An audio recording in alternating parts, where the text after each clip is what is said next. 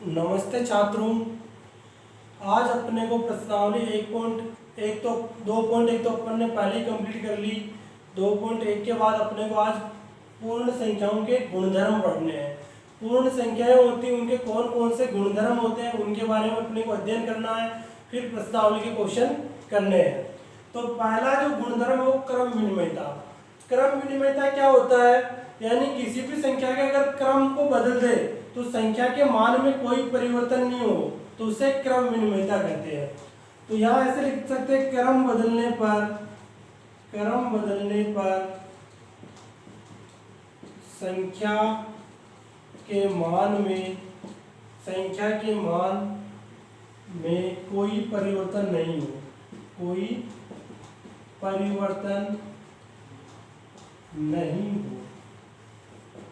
उससे क्रम विनिमयता कहते हैं। क्रम विनिमयता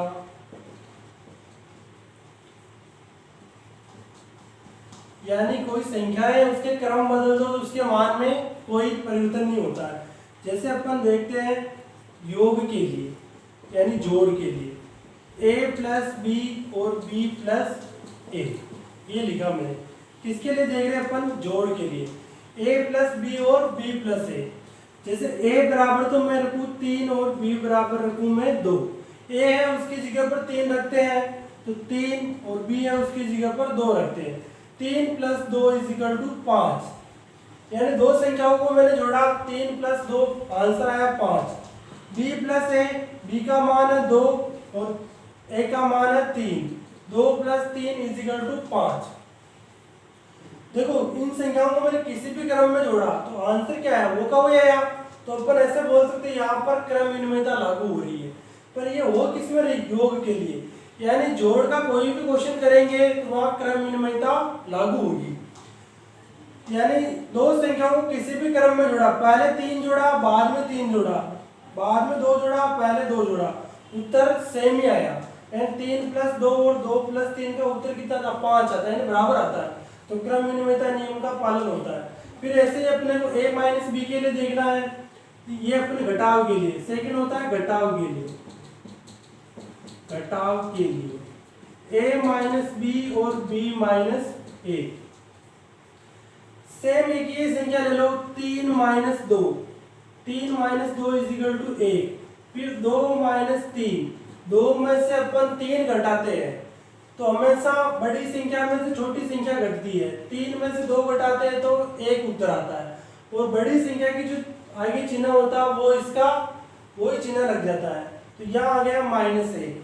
अभी अपन ने पढ़ा था पहले लास्ट वीडियो में संख्या रेखा पर, ऐसे पढ़ा था ना, यहाँ 0 इधर 1 इधर माइनस 1। तो अपन ऐसे थोड़ा बोल सकते हैं 1 और माइनस 1 बराबर नहीं है, क्योंकि माइनस 1 तो इधर आता है और 1 इधर आता है और बीच में तो 0 आता है। तो यहाँ पर क्रम विनिमयता नियम का पालन नहीं होता तो ऐसा चिन्ह लगाकर इसको काटना है ऐसे, यानी पालन ही नहीं हो रहा है इसका। जहां पालन होता है वहां बराबर का चिन्ह लग जाएगा। योग में देखा तो पालन हुआ, घटाव में देखा तो नहीं हुआ, ये उतारना आप। तो इसके बाद अपन गुणा में देखेंगे, क्रम विनिमयता नियम गुणा में देखेंगे। दो संख्याओं का गुणा करके देखते हैं। जैसे थर्ड है गुणा के लिए,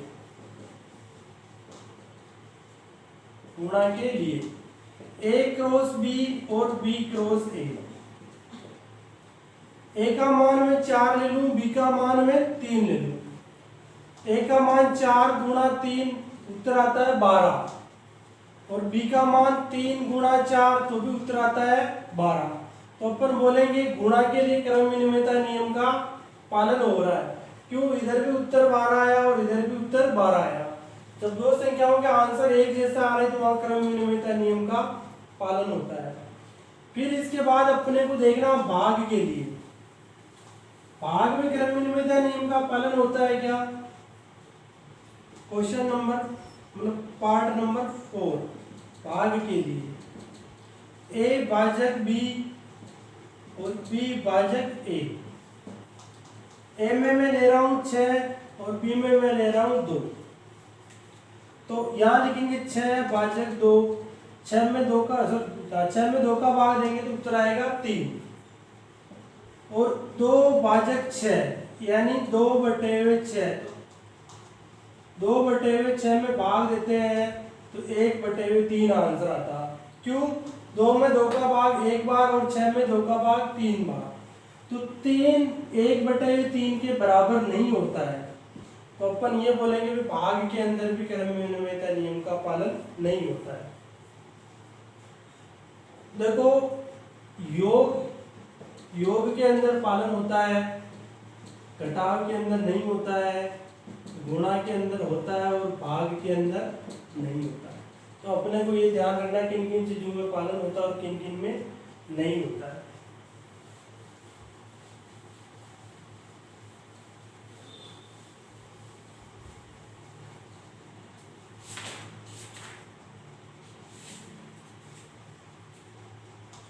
दूसरा जो गुणधर्म होता है वो साहचर्यता। साहचर्यता में 3 संख्याएं लेते हैं, 2 का एक साथ जोड़ा बनाते हैं, और जैसे पहला योग के लिए देख सकते हैं a + b + c, ये लिखा मैंने। इसके बाद यहाँ a और b को साथ में लिख लेंगे और c को अलग लिख लेंगे, यानी पहले b और c को साथ लिखा, यहाँ a और b को साथ लिख लेंगे, ये योग के लिए हो जाएगा। फिर दूसरा अपन घटाव के लिए देखें तो a - b - c ऐसे लिख दो, a - b और -c, यानी का चिन्ह चेंज कर दो। फिर तीसरा गुणा के लिए a × b × c बराबर a × b कोष्टक गुणा c। ऐसे ही अपना चौथा भाग के लिए तो a/b/c बराबर a/c। अब इसमें भी अपन ऐसे ही चेक करेंगे तो इन दोनों के अंदर तो पालन हो जाएगा, इसमें और इसमें, तो यानी योग और गुणा में तो साहचर्यता नियम का पालन भी होता है, और घटाव और इसके अंदर नहीं होगा, भाग के अंदर। उसको अपने को इतना ज़्यादा डिटेल में पढ़ना, सिंपल ही देखना भी क्या होता है। 3 संख्याओं के ऐसे जोड़े बनाते हैं, एक को अलग लिखते हैं, 2 को साथ लिखते हैं, फिर सेकंड वाले में 2 को साथ लिखते हैं, इसमें भी एक को अलग लिखते हैं, ये हो गया। इसके बाद प्रश्नावली अपन देखते हैं और उसके क्वेश्चन करते हैं। प्रश्नावली 2.2 निकालो।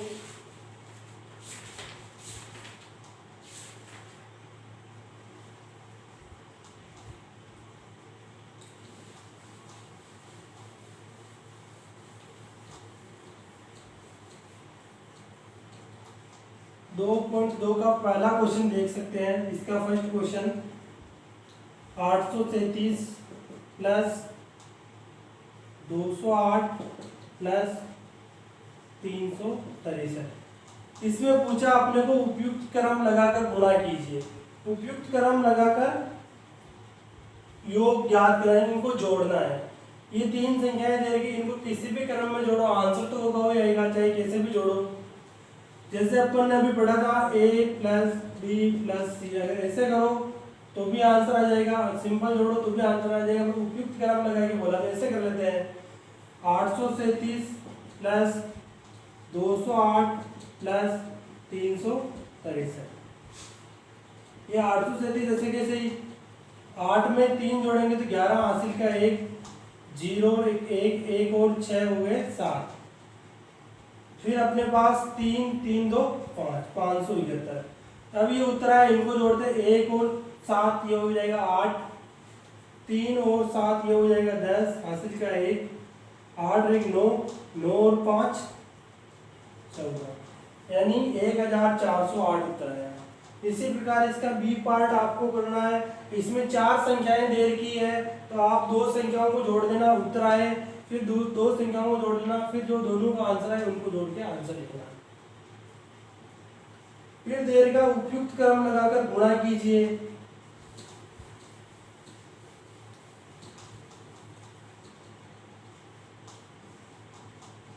दूसरे का फर्स्ट क्वेश्चन देर का उपयुक्त क्रम लगाकर गुणा कीजिए। 2 × 1768 गुणा 50। ये क्वेश्चन दे रखा है तो किसी भी क्रम में गुणा कर सकते हैं अपन। तो अपन चाहे तो 1 × c ले लो, फिर गुणा कर दो 20 से। इसमें ए और चलो ए का मान देगा 2, बी का मान 1768 और सी का मान 50। इसको अपन ए क्रॉस सी गुणा बी ऐसे भी कर सकते हैं। ए क्रॉस सी से करने पर अपना थोड़ा इजी हो जाएगा। ए को यानी 2 को गुणा करना है 50 से और फिर जो उत्तर आएगा उसको गुणा करना है 1768 से। 50 का 2 से गुणा करते हैं 50 दूनी 100 होता है, ये आएगा 100। 100 को गुणा करना है 1768 से। 1768 से गुणा करते हैं तो इसको अपने गुणा नहीं करना, सीधा ही लिखना है। देखो 1768 को 1 से गुणा करते हैं तो 1768 ही आता है और पीछे जितने जीरो उतने जीरो लगा दो, यानी इसका गुणा करेंगे तो यह आंसर आएगा। किसी भी संख्या को अगर किसी भी संख्या से जीरो वाली संख्या से गुणा करनी है तो जितने जीरो उतने आंसर में जीरो आएंगे। यहाँ डबल जीरो है, ये डबल जीरो आंसर में आएंगे। फिर कितना बच रहा है 1, और 1 को किसी भी संख्या से गुणा करते तो वही संख्या उत्तर आती है। तो ये 1768 के 1768 मैंने एक ऐसे लिख लिए और 1,76,800 उत्तर आएगा। इसके बाद एक इसका ई क्वेश्चन देखते हैं। ई वाला दे रखा है 285 गुणा 5 गुणा 60। तो इसको सोल्व करते हैं। ए का मान 285, बी का मान 5, सी का मान 60। ए क्रॉस बी क्रॉस सी ये लिखा मैंने। 285 गुणा बी का मान 5, सी का मान 60। पहले इन संख्याओं को गुणा कर देते हैं। 285 तो ऐसे कैसे रहने देते हैं। देखो जिस संख्या को जैसे 0 से गुणा कर रहे हैं तो लास्ट में 0 तो ही जाएगा। फिर 5 को 6 से गुणा करेंगे 30 आ जाएगा। अब कितने हो गए यार 300 हो गए। 300 को गुणा करना है इससे, यहाँ डबल जीरो तो पहले डबल जीरो होता है। 3 को 5 से गुणा करेंगे तो 15, 1 हासिल का। 3 को 8 से गुणा करेंगे 24, 24 में 1 जोड़ेंगे तो 25 हासिल के 2, और 3 को 2 से गुणा करेंगे 6, 6 में 2 जोड़ेंगे तो 8। ये इसका आंसर है। इस प्रकार गुणा करना अपने को, कोई से भी क्रम में आप गुणा करना, आपका गुणा कैलकुलेशन सही होनी चाहिए। उसके बाद क्वेश्चन नंबर 3 देखते हैं इसका।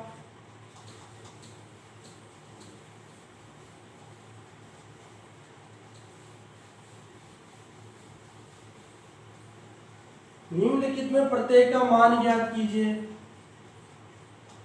पहला 297 गुणा 17 प्लस 297 गुणा 3।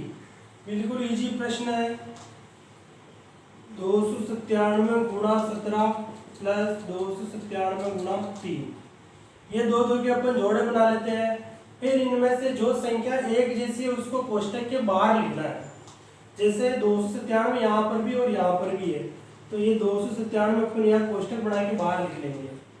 अब देखो 297 जब मैं यहाँ से बाहर लिख लेता हूँ दोनों जगह से, फिर यहाँ क्या बचता है 17, ये लिख दिया मैंने 17। फिर आगे क्या जोड़ का निशान, ये जोड़ का निशान। 297 तो अपन ने पहले बाहर लिख दिया। फिर क्या बच रहा है 3, ये लिख दो। 297 और 17 और 3 कितने हो गए 20। जब भी कहीं कोष्टक लगा हुआ था इसको मतलब इससे गुणा करना है, ये गुणा करना है। देखो इधर आंसर में 1 0 तो पहले ही जाएगा। फिर 2 को 7 से गुणा करेंगे 14 हासिल का 1। 2 को 9 से गुणा करेंगे 18, 18 और 1 19 हासिल का 1। 2 को 2 से गुणा करके 4 और 1 5, 5940 उत्तर आएगा इसका। क्या गया जब दो संख्याएं एक जैसी हो तो उसको कोष्टक के बाहर लिख लेंगे कोष्टक बना के। फिर ये 17, फिर ये जोड़ का निशान, फिर 3, 17 और 3 20, यानी ये संख्याएं को गुणा करना। 20 से को इससे गुणा करेंगे तो 5940 आएगा। इसका एक सी वाला क्वेश्चन है वो भी कर देते हैं। 81,265 गुणा 169 माइनस 81,265 गुणा 69, ये दे रखा है। इस वाले क्वेश्चन को अपन हल करेंगे तो 81,265 गुणा 169, 81,265 गुणा 69। अब देखो सेम चीज ये आ रही थी। 81,265 को बाहर लिख देते हैं, यहाँ कोष्टक बना लेते हैं। पहला तो 169 ये वाला, फिर उसके बाद माइनस का चिन्ह है, फिर वापिस ये 81,265, फिर गुणा लगा दो यहाँ, 169 में से 69 घटाएंगे तो 100 बचता है। देखो ये डबल जीरो थे, डबल जीरो, ये एक को किसी भी संख्या से गुणा कर दो तो वो की वही संख्या आती है, ये लिख दो 81,265। इसका आंसर हो गया ये। इस प्रकार अपने को इस क्वेश्चन को करना था। इसके बाद इस प्रश्नावली का लास्ट क्वेश्चन है 2.2 का चौथा क्वेश्चन।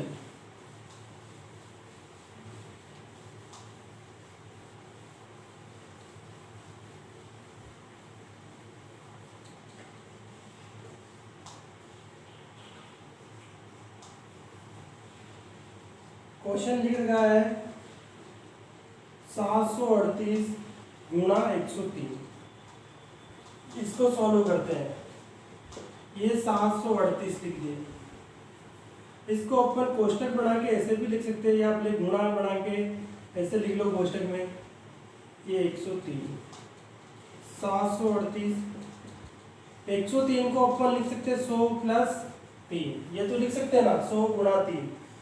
पहले इस 738 को 100 से गुणा करना, 738 गुणा 100, फिर जोड़ का निशान, ये जोड़ का निशान देखो, ये 738 पहले 100 से गुणा होगा, फिर एक ये 738 3 से भी गुणा होंगे, तो ये 738 गुणा 3, 100 से गुणा करेंगे डबल जीरो, एक को गुणा करेंगे तो ये 738 के 738 ही।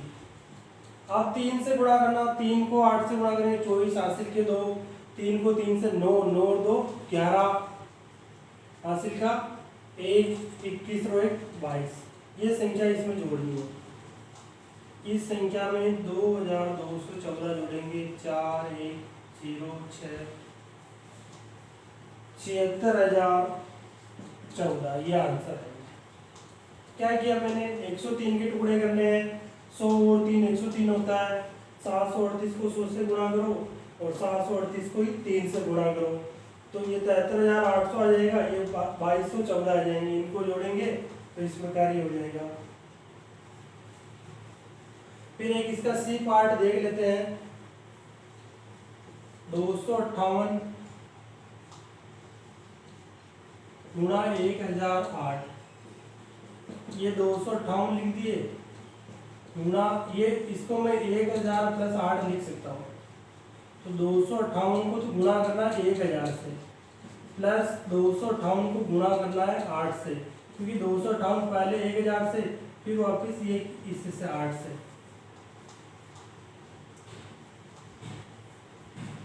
ये 000 आंसर में लिख दो, फिर इस 1 से गुणा करेंगे तो 258 के 258 ही आएंगे। फिर 8 का पावड़ा 8 बार 64 हासिल के 6, 8 का पावड़ा 5 बार 40, 40 और 6 46 हासिल के 4, 8 का पावड़ा 2 बार 16 और 4 20। अब इनको जोड़ना है 58 000 20 64, तो यहाँ 64,006 यानी 260062, ये आंसर है इसके। इस प्रकार अपनी प्रश्नावली 2.2 के सारे क्वेश्चन हो गए हैं, और जो क्वेश्चन नहीं आता है वो मुझे पूछ सकते हो, बाकी सब क्वेश्चन आपको ट्राई करने हैं और हल करने घर पे। बच्चों आज की क्लास के लिए थैंक यू, और नेक्स्ट जो प्रश्नावली है नेक्स्ट अपने को नेक्स्ट वीडियो में अध्ययन करेंगे। थैंक यू आज की क्लास।